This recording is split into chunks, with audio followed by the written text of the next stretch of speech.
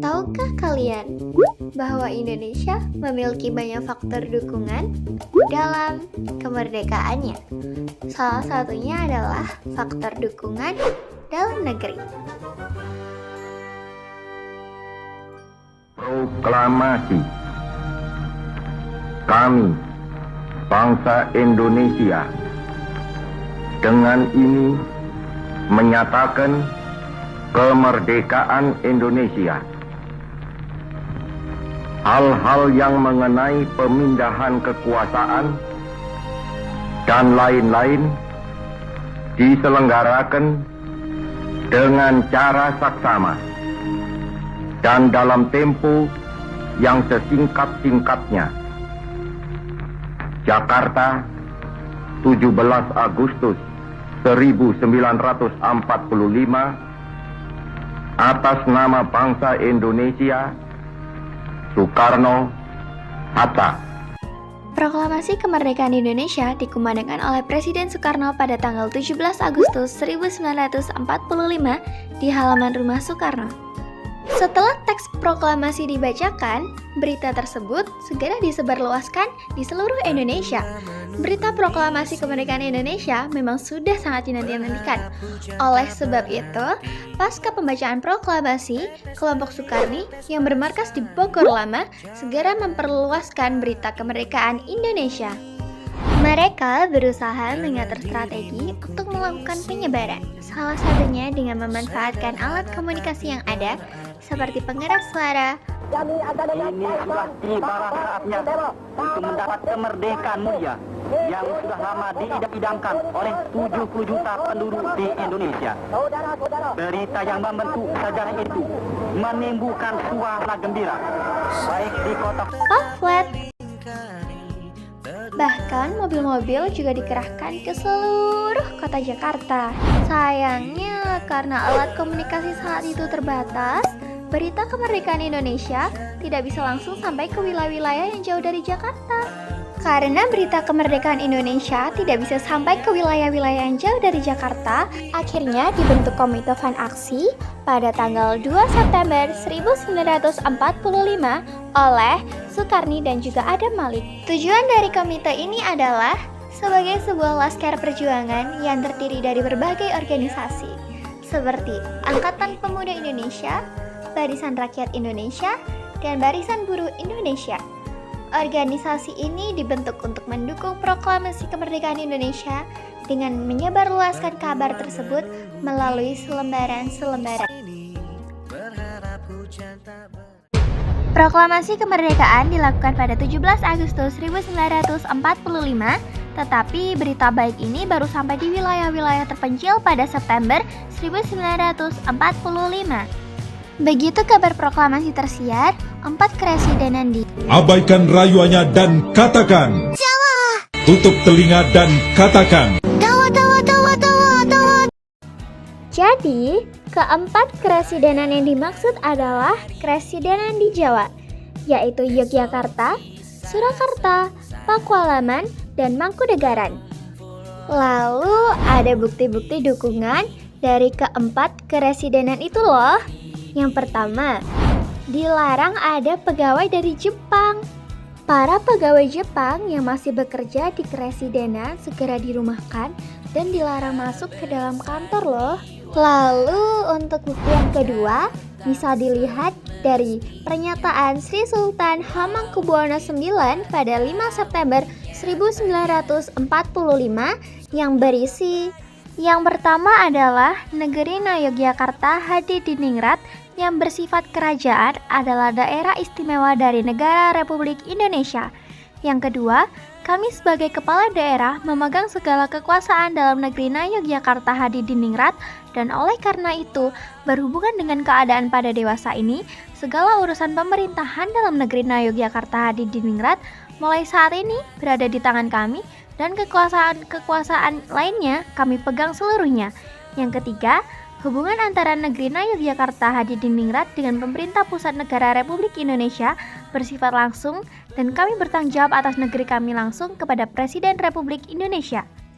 Dukungan selanjutnya terjadi pada Rapat Besar Ikada atau bisa disebut juga Rapat Raksasa Lapangan Ikada. Peristiwa Rapat Raksasa di Lapangan Ikada berlangsung pada 19 September 1945.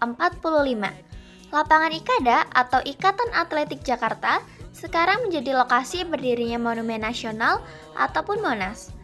Dalam rapat itu, untuk pertama kalinya terjadi pertemuan antara rakyat dengan pemerintah Indonesia yang diwakili oleh Presiden Soekarno dan Wakil Presiden Muhammad Hatta dan juga sejumlah menteri.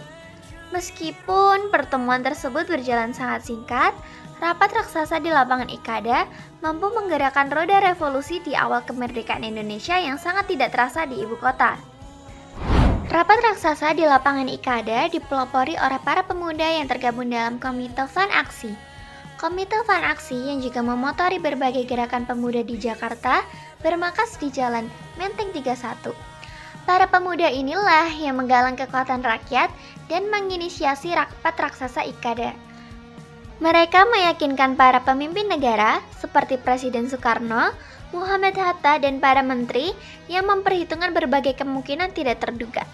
Kemungkinan yang dimaksud adalah reaksi para Jepang yang dapat merugikan perjuangan Indonesia. Oleh karena itu, perwakilan pemerintah mengadakan rapat kabinet pada 19 September di rumah Soekarno. Namun karena tak kunjung mencapai kesepakatan, sidang kabinet dilanjutkan di Jalan Lapangan Banteng Barat yang dihadiri juga oleh perwakilan Komite Van Aksi. Berkat perjuangan Komite Van Aksi, rapat raksasa disetujui untuk diselenggarakan. Kalian tahu nggak sih, sebenarnya latar belakang terjadinya rapat raksasa di Lapangan Ikada itu apa ya? Jadi, rapat raksasa di Lapangan Ikada terjadi karena banyaknya bentrokan yang terjadi antara pemuda Indonesia dengan penguasa militer Jepang. Saat itu Jepang tuh belum angkat kaki dan akan menyerahkan Indonesia kepada pihak sekutu. Para pemuda Indonesia seperti Sukarni, Chairul Saleh, Adam Malik, dan juga lain-lainnya semakin cemas ketika mendengarkan sekutu akan membentuk markas besar di Jakarta. Kekhawatiran mereka disebabkan oleh kalimat dalam teks proklamasi yang belum jadi kenyataan. Kalimat yang dimaksud adalah hal-hal mengenai pemindahan kekuasaan dan lain-lain diselenggarakan dengan cara seksama dalam tempo sesingkat-singkatnya. Tapi, sudah 1 bulan setelah peristiwa proklamasi, tidak ada perubahan yang nyata di Indonesia. Karena itulah, pemuda dari Komite Van Aksi mengambil prakarsa untuk mengadakan rapat raksasa di Lapangan Ikada. Nah, sekarang aku akan membacakan tujuan dari berjalannya Rapat Besar Ikada.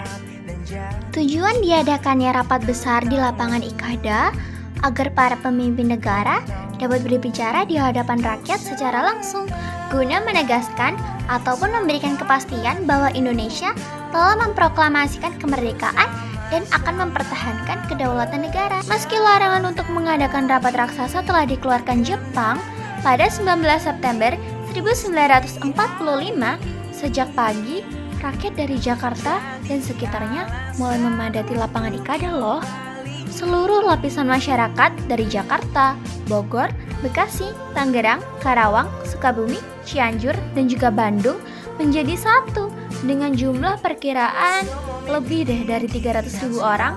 Wow, mereka tidak gentar meskipun tentara Jepang siap siaga mengelilingi Lapangan Ikada dengan senjata yang lengkap. Pihak Jepang yang tidak senang melihat peristiwa itu bahkan memagari Lapangan Ikada dengan tank. Presiden Soekarno yang telah ditunggu masa sejak pagi akhirnya datang sekitar pukul 3 sore. Presiden Soekarno datang bersama dengan Muhammad Hatta dan juga para menteri guna untuk memberikan pidato singkat. Pidato singkat dari Soekarno berbunyi, "Kita sudah memproklamasikan kemerdekaan Indonesia. Proklamasi ini tetap kami pertahankan, sepatah pun tidak kami cabut. Dalam pada itu, kami sudah menyusun suatu rancangan. Tunduklah pada rancangan kami, tenang, tentram, tetapi tetap siap sedia menerima perintah yang kami berikan." Setelah mendengar pidato singkat dari Presiden dan juga memahami maknanya, rakyat membubarkan diri secara tertib agar tidak terjadi pertumpahan darah. Selanjutnya, mari kita bahas isi dan juga manfaat rapat besar di lapangan IKADA. Isi rapat raksasa di lapangan IKADA menunjukkan bahwa adanya suatu pemerintahan bernama Republik Indonesia yang didukung sepenuhnya oleh rakyatnya. Peristiwa ini merupakan demonstrasi rakyat Indonesia untuk menunjukkan kepada penguasa Jepang dan juga dunia tentang kebulatan tekad bangsa Indonesia untuk mempertahankan kemerdekaannya dan mendukung pemerintah Indonesia di bawah pimpinan Soekarno dan Hatta. Rapat raksasa di lapangan IKADA juga membantah propaganda Belanda yang mengatakan bahwa Republik Indonesia adalah buatan Jepang dan kepemimpinan Soekarno-Hatta tidak didukung oleh rakyat. Meski hanya berlangsung 5 menit, rapat raksasa di lapangan IKADA berhasil mengawali berputarnya roda revolusi dan juga mengambil alih kekuasaan pemerintahan dari tangan Jepang. Pada 19 Agustus 1945, Sri Sultan Hamengkubuwono IX dan Sri Paku Alam VIII mengirim kawat ucapan selamat kepada Presiden Soekarno dan Wakil Presiden Muhammad Hatta atas berdirinya negara Republik Indonesia. Dalam ucapan selamat itu juga menyiratkan bahwa Sultan Hamengkubuwono IX dan Paku Alam VIII mengakui kemerdekaan Republik Indonesia dan siap membantu. Pada 19 Agustus 1945, pada jam 10 pagi, Sri Sultan Hamengkubuwono IX mengundang kelompok-kelompok pemuda di Bangsal Kepatihan. Pada 19 September 1945, terjadi peristiwa bersejarah, yaitu peristiwa Hotel Yamato. Peristiwa ini awalnya terjadi karena orang yang bernama Plukman dibantu oleh kawan-kawannya mengibarkan bendera merah putih biru di atas Hotel Yamato. Melihat hal itu, Jenderal Sudirman segera memperingatkan agar Plukman dan kawan-kawan menurunkan bendera itu.